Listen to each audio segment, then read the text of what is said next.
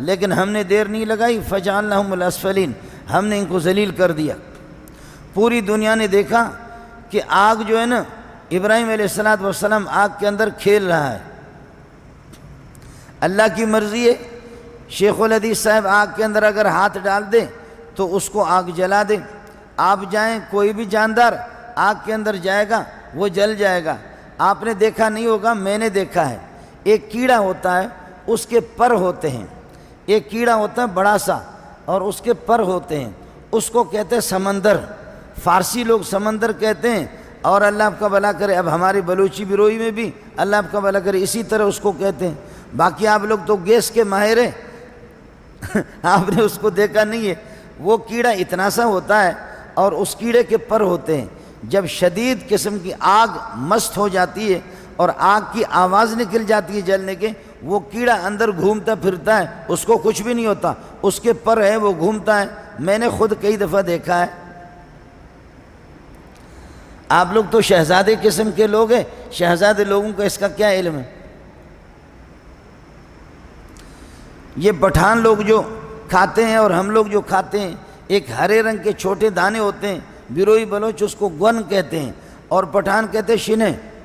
وہ جو شنے ہوتے ہیں وہ اس کو کھاؤ، کھانے کے بعد پانی پیو۔ یہ جو شنے جو دانے ہوتے ہیں، اس کی جو لکڑی ہوتی ہے، اس لکڑی کو عام طور پر خشک جب لکڑی ہو اس کو جلاتے ہیں تو اس کے اندر سے وہ کیڑا نکلتا ہے، پھر وہ آگ کے اندر کھیلتا رہتا ہے، گھومتا رہتا ہے، اس کو کچھ بھی نہیں ہوتا۔ تبلیغی ذرا جا کر کے آگ کے اندر جا کے ذرا دکھائیں کہ چوتھا نمبر اکرام مسلم ہے کہ آگ کیسے اس کا اکرام کرے گا۔ مولوی صاحب شیخ الحدیث ذرا جا کر کے دکھا تو دے۔ لیکن وہ کیڑا، میں عرض کر رہا ہوں کہ اللہ پاک نے اس کو کیسے بنایا، وہ بھی ایک جاندار ہے، وہ بھی روح رکھتا ہے، لیکن وہ کھیلتا رہتا ہے، گھومتا رہتا ہے۔ اب اتنی بڑی مجلس، اس میں آپ میں سے کسی نے کچھ نہیں دیکھا ہے تو اس کا مطلب یہ ہے کہ آپ لوگ پھر اناڑی ہیں، آپ سے زیادہ تو پھر میں نے دیکھا ہے۔